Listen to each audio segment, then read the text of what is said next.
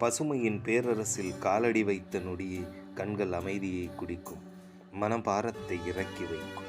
மரங்களின் நெஞ்சில் ஒட்டிய நூற்றாண்டு கதைகள் இலைகள் சலசலப்பில் மௌனமாய் சொல்லப்படுகின்றன. கதிரவன் பொன் கம்பளம் விரித்து வனப்பாதையை அலங்கரிக்க நிழல்கள் மெதுவாய் நகர்ந்து நேரத்துக்கு ஓய்வு கொடுக்கின்றன. பறவைகள் பாடும் ஒவ்வொரு ராகமும் வானத்தின் இதய துடிப்பு. அவைகளின் சிறகுகளில் சுதந்திரம் எழுதப்படுகிறது.